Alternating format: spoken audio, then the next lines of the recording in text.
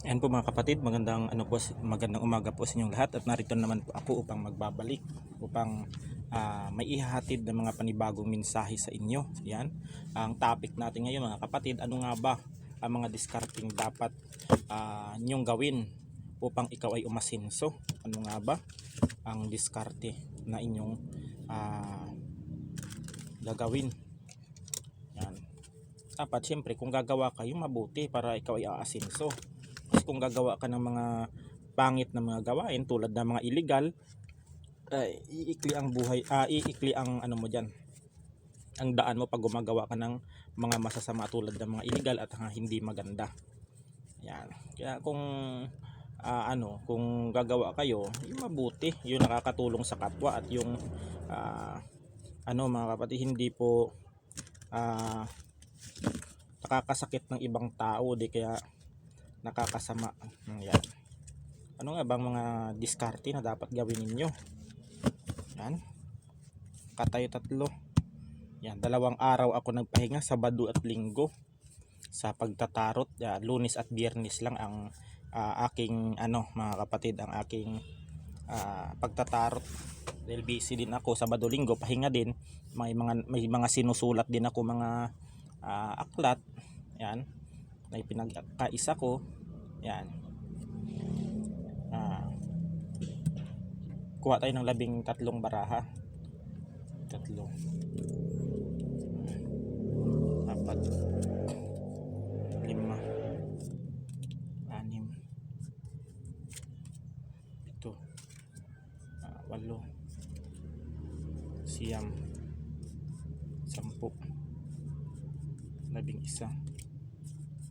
11, 12, 13. Yan. Kunin na natin itong accident na ito. Yan. Ano nga ba mga diskarte na inyong dapat gawin para kayo ay umasenso? Yan, siyempre sa panahon ngayon mga kapatid, kung ikaw ay masipag talaga, ay maraming talagang aasenso ka. Kasi kung tamad ka, kung naasa ka lang sa ng iba, ay hindi ka aasenso mga kapatid. Tignan mo yung mga tamad na tao. Yan. Hindi sila nag-aano sa buhay, hindi sila umaangat kasi hindi sila na-orient kung paano sila umasenso. Yan. Itignan natin kung ano yung mga dapat gawin kung tayo ay aasenso man. Ito ang ang dapat gawin ninyo. Yan. Kung kayo ay umasenso, ang dapat gawin ninyo dito mga kapatid, kung kayo man ay umasenso na o umangat na sa buhay, nagkaroon na ng maraming pera, yan, i-share din ninyo ang inyong mga blessing sa mga tao nangangailangan, tulad ng mga pulubi, yung mga taong may sakit, yung mga taong humihingi ng tulong sa inyo. Yun yung dapat ninyong gawin para mas lalo po kayong pagpapalain ng ating Panginoon. Kung tayo po ay tumutulong sa ating kapwa, mas lalo pong dumadami ang blessing na dumarating sa akin o sa inyo man. Yan. Sa totoo lang mga kapatid, sa pagtulong ko sa mga taong aking mga tinutulungan, napakarami pong blessing na mga dumadating sa akin. Yan. At yan po ang dapat gawin ninyo kung kayo ay umasenso na. Yan.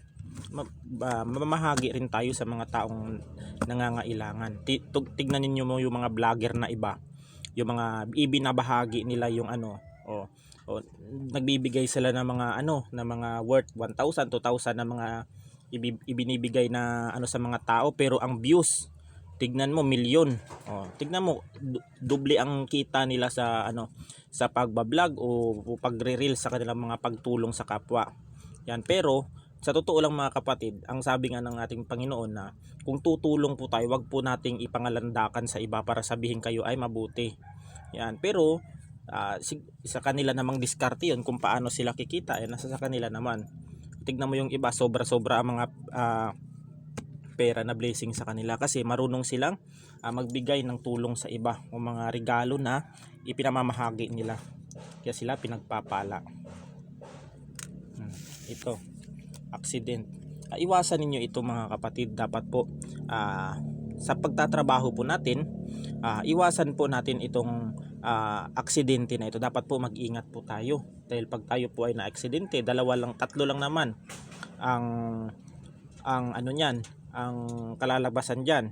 Kung ikaw ay makakasurvive, kung mapuruhan ka, o di kaya mabawian ka ng buhay sa sa accident na ito. Kailangan po sa pagtatrabaho ninyo, o kayo po ay nagbabiyahe o nagmomotor, o di kaya nagko-commute po kayo, dapat po maingat po kayo, dahil ang aksidente po ay hindi po wala pong oras na pinipili yan. Pag yan po ay na-aksidente, ay wala po tayong magagawa, kasi nangyayari yan at nangyayari yan. Yung accident na ito ay iwasan ninyo sa mga nagbabiyahe diyan, sa mga nagtatrabaho diyan na critical ang kanilang pagtatrabaho, o talagang nakakatakot yung mga trabaho nila, tulad ng mga construction, yung mga construction, mga gumagawa ng mga makina sa may mga kapatid, sa may pabrika. Yan yung mga kalimitan na mayroong mga naaaksidenteng tao sa mga driver. Yan, mga naaaksidente. Kaya mag-ingat po kayo sa inyong trabaho. Ayan. Itong mask mga kapatid, kung kayo dito mga kapatid, kung gusto ninyong umasenso ang inyong buhay, baguhin po ninyo ang inyong iyong ang inyong mga emosyon. Yan. Dapat pag kayo ay nagninegosyo dito, dapat lagi kayong masayahin, o marunong kayong mag-entertain ng inyong mga kliyente, o di kaya marunong kayong mag-entertain o kumausap ng mga inyong kasosyo ninyo sa negosyo, o kung ano man, para kayo ay umasenso. Hindi yung lagi kayong nakasimangot, lagi nakabusangot, kasi ang mga problema ninyo sa bahay dinadala pa niyo sa trabaho. Kung ano ang problema niyo sa bahay, wag na ninyong dalhin sa trabaho. Kaya naapektuhan ang ating trabaho, dahil din mga kapatid, dahil sa mga problema din natin. Dapat baguhin po natin ang ating mga emosyon, at dapat laging masaya, wag po laging malungkot mga kapatid, para yan po ang susi ng ating pag-aasenso, ang ating attitude o ugali. Kasi kung sa lahula kang tao, ay malabo kang aasenso. Ganon. Kung sa lahula ka, nightmare. Iwasan mo itong iwasan ninyo ito mga kapatid, yung mga nakaraan ninyo. Kunyari, kayo ay nagnegosyo dati na biglang nalugi, huwag kayong matakot na malugi ulit. Subukan ninyo sa pangalawang pagkakataon. Huwag kayong matakot sa mga mga kapatid, sa ang nakaraan itapos na mga kapatid. Magsimula kayo, kung kayo man ay nadapa dati, magsimula kayo muli. Huwag kayong magpapadala sa takot o mawalan ng pag-asa, para patuloy ang pag-asenso ninyo sa buhay. Yan, magtatagumpay ka dito mga kapatid kung pagsisipagan mo, galingan mo sa trabaho, maging matapat ka sa iyong amo, at saka gawin mo ang iyong tungkulin o nararapat sa iyong trabaho, para magkaroon ka ng tagumpay. Kasi ang kasipagan ay humahantong sa tagumpay pag ito ay pinagsisikapan o mga kapatid, pinagsisikapan mo ang trabaho mo, ay maaari ka magtagumpay, ma-promote ka sa trabaho, tataas ang sahod mo, o di kaya gagawin kang mga OIC dyan, mga taga-manage ng mga inyong kumpanya. Yan, kung kayo ay nakikitaan ng inyong boss ng porsigido sa inyong trabaho, kaya magtatagumpay kayo dito. Yan, gawin ninyo ang inyong best. Kung kayo ay papasok sa negosyo, iwasan ninyo mga kapatid ang manloko. Yan, kasi ang tao kasi niloko mga kapatid, at yan nawala ng tiwala sa iyo. Kahit anong sabi mo pa ng mga magaganda, kahit ibalik mo pa ang tiwala niya sa iyo, magbabago yan. Kasi ang tiwala ng isang tao ay sinira mo. Ang tiwala kasi mga kapatid ay mahirap kunin pag yan ay nagkalamat na. Mahirap ka ng pagkatiwalaan kung ang tiwala ng isang tao ay minsan mo nang sinira.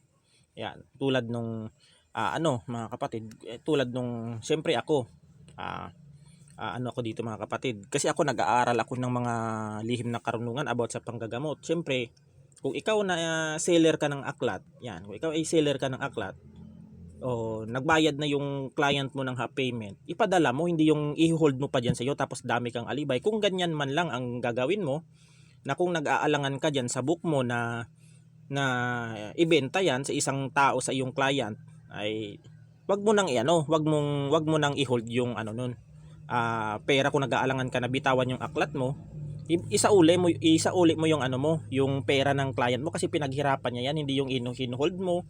Kasi pag ganyan yung ano, pag isa kang negosyante o seller na tao sa mga ganyang negosyo, ay talagang mawawalan ng tiwala ang tao sa iyo.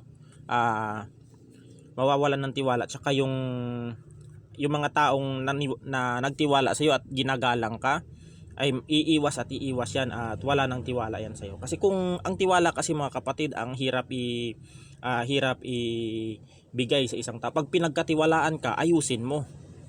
Yan. Hindi yung pag nag-order ng aklat, sasabihin busy daw, ganito ganyan. Kasi kung totoo kang seller ng ganyan mga ano na mga aklat, kung ano man yung mga ano mo, yung mga product mo, yung mga langis, amulet, dapat ipadala mo kasi ano niya yan, deserve din niya yan kasi pera niya yung ginastos niyan, pinaghirapan niya, hindi yung ganun i-hold mo. Kung ayaw mong ibigay yung aklat, ibalik mo yung pera niya kasi pinaghirapan.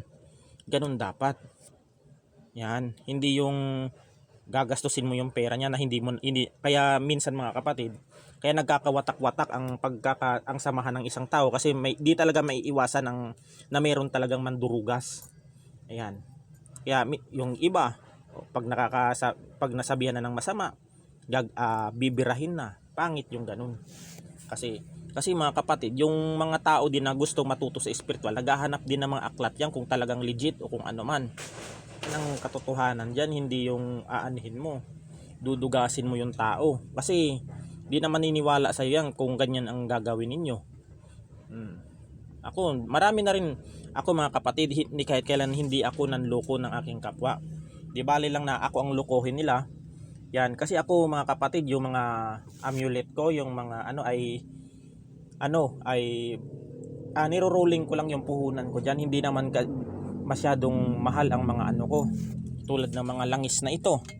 Yan, ipinapagawa ko po yan mga kapatid kasi wala akong time na magluto ng langis kasi busy din talaga ako. Kaya ako mga kapatid, kung may mga nanglilimos o nag-order sa akin ng mga gamit, hindi ko yan hinuhold kasi ayaw ko na masira ako sa tao. Yan, kasi pag yan ang ginawa mo sa tao ay talagang wala na maniniwala sa'yo, iiwasan ka na. Siguro may mga nakapagsabi din na kaya iniiwasan kasi ganun ang ugali. Kasi pag nakarinig ka ng background na ganyan ang ugali niyan, ay iiwasan siya. Ganun. Kahit sino naman mga kapatid, ang tiwala ay mahirap. Ibalik pag nasira na. Yan. Naka-half payment na o naka ano na ako ng pera doon, tapos ang dami pang alibay, parang busy daw, ganito ganyan, ihuhulog lang naman sa LBC yan, babayaran ko. Ako mga kapatid, sa pagninegosyo din kasi mga kapatid, ako naglalaan ako ng pera diyan sa ginagastos ko. Kung ano man, hindi ko lahat yung mga pera ng client ko ay ginagastos ko. Ayan, kung sakaling bawiin ng client yan yung pera na inano niya at magbago ang isip niyan at ginastos mo yan, wala ka pang abono diyan, ano ka, dapat mahiya din dapat yung iba ba, yung ganun. Kasi ako nag-aano talaga ako ng aklat kasi nag-aaral din ako kung paano ako manggamot, kung anong pamamaraan. Hindi yung manggagamot ka lang na wala kang alam sa larangan ng espiritual, tatawanan ka ng mga pasyente mo doon. Dapat pag ikaw ay manggagamot, nag-aaral ka para kung sakaling kaharap ka o may itanong sa'yo, may maisasagot ka. Ganon. Hindi yung gagamot-gamot ka lang tapos sisingilin mo ng mahal. Wala yung ganon. Ginawa mo ng negosyo ang ang panggagamot. Yan, dito marami yan mga ginamot ko. Maraming nagsasabi. Ritual pa lang 15,000. Matino bang yan? Matino bang manggagamot yan? Asan ang konsensya ninyo? Kung kung gusto ninyo na ano, na wala na, kung manggagamot kayo na wala namang kasiguraduhan na gumaling, magtrabaho na lang kayo. Kasi mapapahiya kayo sa inyong mga pasyente. Mapapahiya kayo, masisira ang tiwala. Yan. Dapat ang anuhin. Conflict. Iwasan ninyo mga kapatid ang sa inyong trabaho para ikaw magtagumpay na magkaroon ng kaaway mo sa iyong katrabaho. Dahil po yan po ay mahirap po sa ating trabaho na magkakaroon ka ng kaaway yan sa office mate mo, sa mga factory worker na hindi kayo magkakasundo. Iwasan ninyo ito, ang pagtatalo na ito, dahil dito nagsisimula ang gulo. Yan. Dapat ay iwasan ninyo ito para ikaw ay umasenso at magtagumpay. Marunong ka dapat makisama, makibagay, o marunong kang makihalubilo o makipagkapwa tao sa mga katrabaho mo para ikaw ay umasenso. Yan. Marriage. Yan. Dapat sa inyong pamilya, dapat mga kapatid, ay kung kayo ay kasal ng inyong pamilya para kayo ay umasenso, magtulungan kayo mga kapatid. Hindi yung sinasabing hindi yung isa lang ang nag-aano sa inyo. Dapat magtulungan kayo para maging umasenso kayo sa buhay. Yan, hindi yung isa sa inyo sa magpartner ay pabigat. Dapat magtulungan. Yan ang ano, para magkaroon kayo ng tagumpay.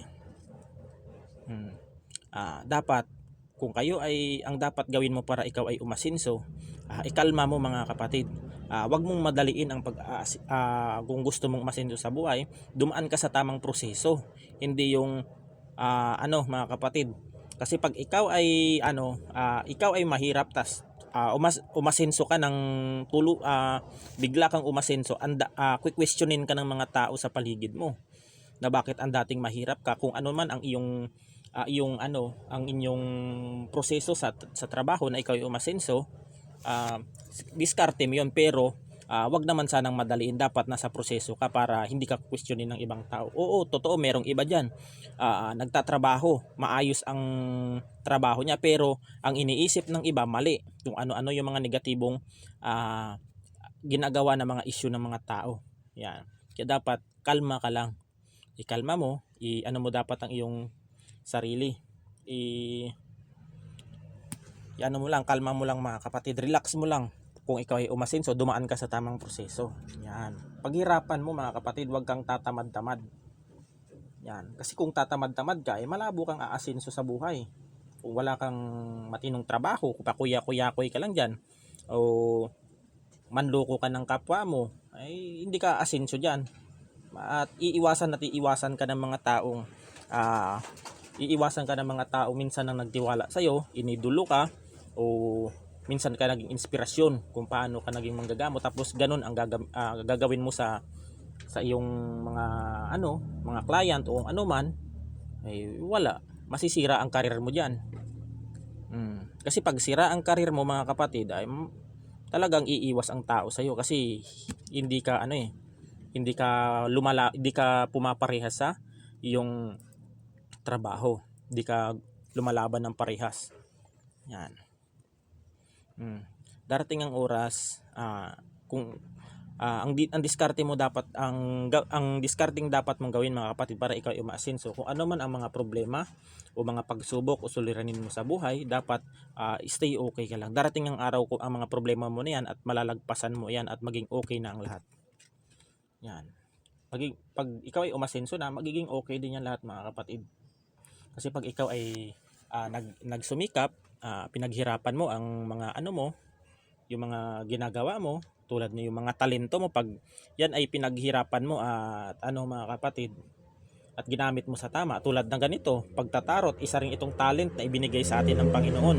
Pag itong talento na ito na ginamit mo sa tama, at wala kang ginagawa o tinatapakang tao, kung ano yung mga mensahe niyan ay sinasabi mo sa mga tao, ay pagpapalain ka. Bubunga itong trabaho mo na ito, mag-aani ka ng lubos na pagpapala pag ito ay ginamit mo sa mabuti. Yan. Ang isang bagay kasi mga kapatid, pag ginamit mo sa masama, walang patutunguhan buhay mo, mga kapatid. Kaya dapat kung ano ang ibinigay sa iyo ng Panginoon o talento na ibinigay sa iyo, mahalin mo at ituring mong parang kayamanan. Dahil bihira lang ang mga taong binigyan ng mga ganitong kakayahan. Yan. Kaya dapat mahalin ninyo ang inyong trabaho. Wag ninyong gawing wag ninyong abusuhin, wag ninyong gamitin sa panluloko o kung ano man. Dahil hindi lahat ng bagay mga kapatid ay nawawala ng isang iglap. Kaya dapat mahalin ninyo at ingatan. Yan. Iwasan ninyo mga kapatid na matrap sa isang sitwasyon. Dapat mga kapatid, kung gusto mong umasenso at pilitin mong makawala dito para hindi ka matrap, para mas lalong umaasenso ka sa buhay. Kasi gusto ng iba dito na matrap ka lang sa isang sitwasyon. Gusto nila diyan ka lang sa bahay, gusto nila wala kang gana magtrabaho, napapagod ka, parang wala kang ganang kumilos kasi may mga evil eye kasi dito mga kapatid na humahadlang sa iyong pag-aasenso sa buhay. Kaya yung mga tao may evil eye dito na nagko-curse sa iyo o nagsusumpa na sana hindi ka aasenso sa buhay diyan, sana tatamad-tamad ka na lang diyan, sana ganto ganyan. Pilitin mong makawala diyan mga kapatid. Manalangin ka na lahat ng mga evil eye na ginawa sa ng tao ay makakawala ka diyan. Yan. Dito mga kapatid, may mga ebidensya ka na dito. Yan, may mga experience ka na sa mga kung ano man, kung may mga experience ka na sa negosyo, sa trabaho, kung paano ka umasenso. Mayroon ako nakikita dito na nangungontrata sa isang kumpanya o gumagawa ng mga kanilang mga product. Yan, na napakadumal ng kanilang benta. Yan, may nakikita ako dito. Ito yung mga experience ninyo na umasenso, kaya gamitin ninyo sa tama itong natutunan ninyo para kayo ay umasenso. Yan. Itong third wheel na ito, iwasan ninyo mga kapatid ang sa inyong mga relasyon na magkakaroon ng third wheel o di kaya kunyari mababae o manlalaki. Iwasan ninyo ito dahil ito mga kapatid ay walang umaasenso pag marami kang babae o marami kang lalaki na sinusuportahan. Imbis na sa pamilya mo dapat isuporta ang iyong kinikita, kung sa ibang pamilya mo pa ito ginagastos, ay malabo kang aasenso mga kapatid. Iwasan ninyo itong third wheel na ito. Mabibigo ang mga taong gumagawa sa iyo ng hindi maganda mga kapatid. Maaring ito ay mahipapahiya sila sa ginawa nila sa iyo na mga hindi maganda, dahil pinakita mo sa kanila na ikaw ay mga kapatid, na ikaw ay nagsumikap kaya nagkaroon ka ng tagumpay. Yan. Kasipagan ang sagot sa tagumpay mga kapatid. Yan. Kung ano ang mga itinuro ng inyong mga amo, yan, mga client, kung ano yung mga itinuro ng mga amo ninyo o mga katrabaho ninyo na para sa ikabubuti ninyo, ay gawin niyo itong inspirasyon o experience para mas lalo kayong umasenso o magtagumpay. Kasi minsan mga kapatid, sa trabaho tayo nagkakaroon ng idea para magkaroon tayo ng skills sa ating trabaho. Yan po ang natin para sa ating tagumpay. Ayan. Pag kayo po ay umasenso mga kapatid, gamitin ninyo sa tama. Yan, iwasan po ninyo ang manlamang, manloko, gumawa ng hindi maganda. Dahil yan po ay wala po tayong maidudulot diyan, kundi grabe ang balik diyan pag yan ay ginawa ninyo. May karma po yan ang paggawa ninyo ng hindi maganda sa ating kapwa. Yan. Yan yung mga yan yung magsumikap kayo para sa inyong buhay, para mas lalo kayong masinso, yumaman at maging kilalang tao. Yan. At hanggang dito na lang mga kapatid, at God bless us all. Ingat po tayo palagi.